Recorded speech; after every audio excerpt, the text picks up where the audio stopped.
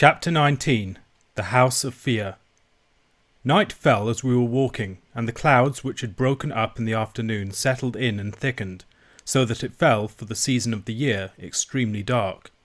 The way we went was over rough mountain-sides, and though Alan pushed on with an assured manner, I could by no means see how he directed himself. At last, about 10:30 of the clock, we came to the top of a brae, and saw lights below us. It seemed a house door stood open, and let out a beam of fire and candlelight, and all round the house and steading 5 or 6 persons were moving hurriedly about, each carrying a lighted brand. "James must have tint his wits," said Alan. "If this was the soldiers instead of you and me, he would be in a bonny mess. But I dare say he'll have a sentry on the road, and he would ken well enough no soldiers would find the way that we came." Hereupon he whistled 3 times, in a particular manner. It was strange to see how, at the first sound of it, all the moving torches came to a stand, as if the bearers were affrighted, and how at the third the bustle began again as before. Having thus set folks' minds at rest, we came down the brae, and were met at the yard gate, for this place was like a well-doing farm, by a tall handsome man of more than 50, who cried out to Alan in the Gaelic. "James Stewart," said Alan, "I will ask ye to speak in Scotch, for here is a young gentleman with me that has nane of the other. This is him," he added, putting his arm through mine, "a young gentleman of the Lowlands, and a laird in his country too, but I am thinking it will be the better for his health if we give his name the go-by." James of the Glens turned to me for a moment, and greeted me courteously enough. The next he had turned to Alan. "This has been a dreadful accident," he cried. "It will bring trouble on the country," and he wrung his hands. "Hoots," said Alan, "ye must take this hour with the sweet man. Colin Roy is dead, and be thankful for that." "Aye," said James, "and by my troth I wish he was alive again. It's all very fine to blow and boast beforehand, but now it's done, Alan, and who's to bear the weight of it? The accident fell out in Appin. Mind ye that, Alan. It's Appin that must pay, and I am a man that has a family." While this was going on, I looked about me at the servants. Some were on ladders, digging in the thatch of the house or the farm buildings, from which they brought out guns, swords, and different weapons of war. Others carried them away, and by the sound of mattock blows from somewhere farther down the brae, I suppose they buried them. Though they were all so busy, there prevailed no kind of order in their efforts. Men struggled together for the same gun, and ran into each other with their burning torches, and James was continually turning about from his talk with Alan, to cry out orders which were apparently never understood. The faces in the torchlight were like those of people overborne with hurry and panic, and though none spoke above his breath, their speech sounded both anxious and angry. It was about this time that a lassie came out of the house carrying a pack or bundle, and it has often made me smile to think how Alan's instinct awoke at the mere sight of it.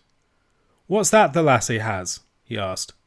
"We're just setting the house in order, Alan," said James, in his frightened and somewhat fawning way. "They'll search Appin with candles, and we must have all things straight. We're digging the big guns and swords into the moss, you see, and these, I'm thinking, will be your ain French clothes. We'll be to bury them, I believe." "Bury my French clothes?" cried Alan. "Troth, no." And he laid hold upon the packet and retired into the barn to shift himself, recommending me in the meanwhile to his kinsman. James carried me accordingly into the kitchen, and sat down with me at table, smiling and talking at first in a very hospitable manner. But presently the gloom returned upon him. He sat frowning and biting his fingers, only remembered me from time to time, and then gave me but a word or two and a poor smile, and back into his private terrors. His wife sat by the fire and wept, with her face in her hands.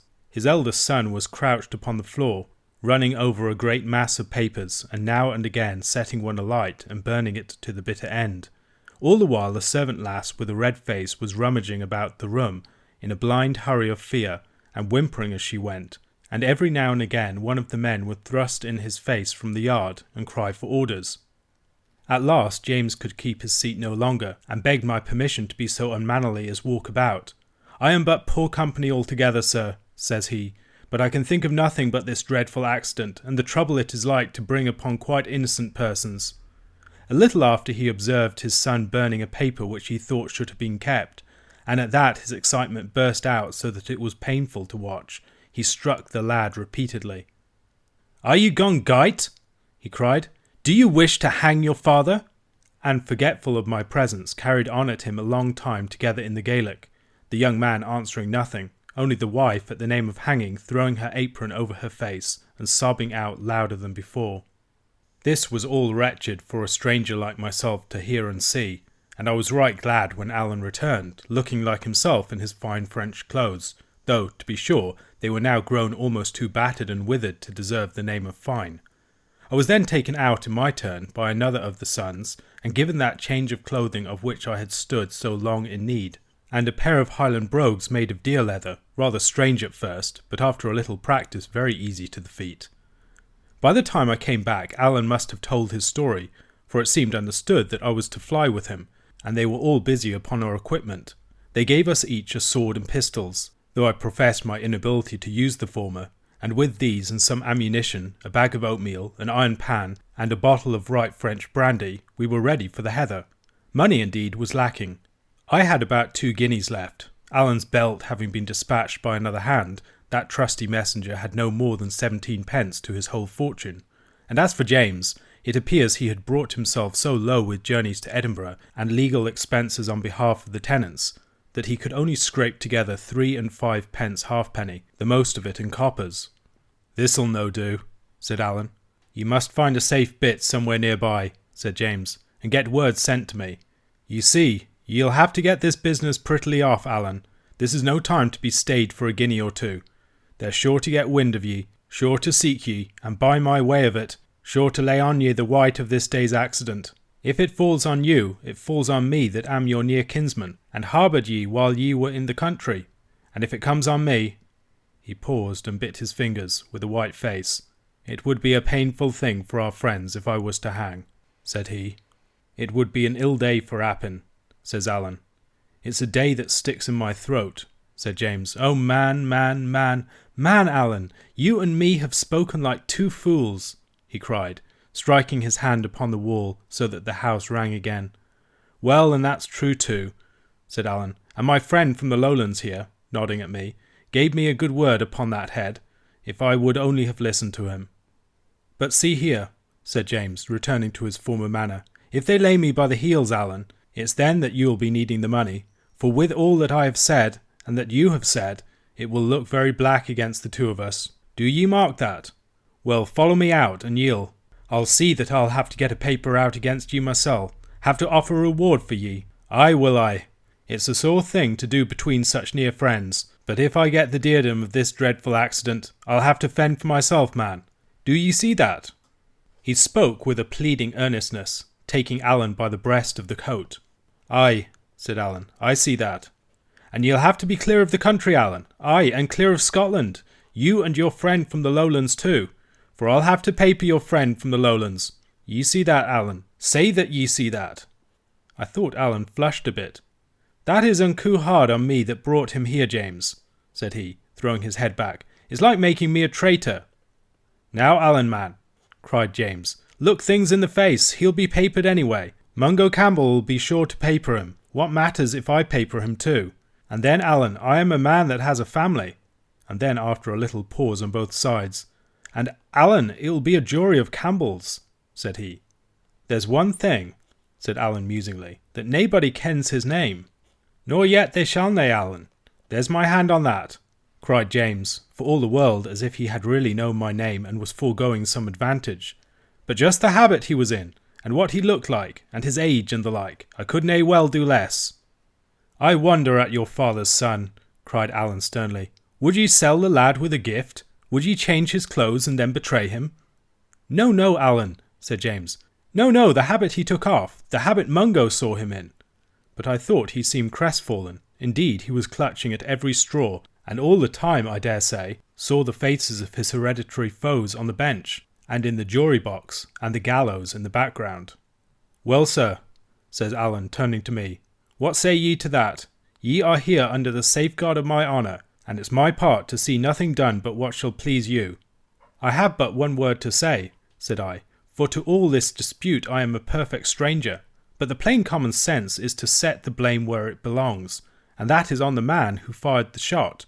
Paper him, as you call it, set the hunt on him, and let honest, innocent folk show their faces in safety."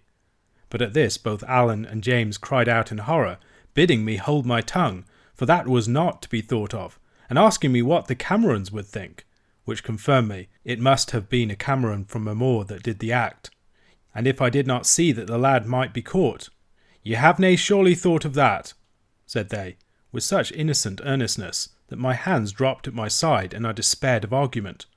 "Very well then," said I, "paper me, if you please, paper Alan, paper King George. We're all three innocent, and that seems to be what's wanted.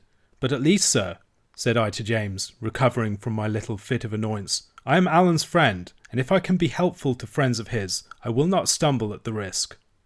I thought it best to put a fair face on my consent, for I saw Alan troubled, and besides, thinks I to myself, as soon as my back is turned, they will paper me, as they call it, whether I consent or not. But in this I saw I was wrong, for I had no sooner said the words than Mrs. Stewart leaped out of her chair, came running over to us, and wept first upon my neck and then on Alan's, blessing God for our goodness to her family. "As for you, Alan, it was no more than your bounden duty," she said. "But for this lad that has come here and seen us at our worst, and seen the good man fleeching like a suitor, him that by right should give his commands like any king. As for you, my lad," she says, "my heart is way not to have your name, but I have your face, and as long as my heart beats under my bosom, I will keep it and think of it and bless it." And with that she kissed me, and burst once more into such sobbing that I stood abashed. "Hoot, hoot," said Alan, looking mighty silly. "The day comes unco soon in this month of July, and tomorrow there will be a fine to-do in Appin, a fine riding of dragoons and crying out of Cruachan, and running of redcoats, and it behoves you and me to the sooner be gone." Thereupon we said farewell, and set out again, bending somewhat eastwards, in a fine mild dark night, and over much the same broken country as before.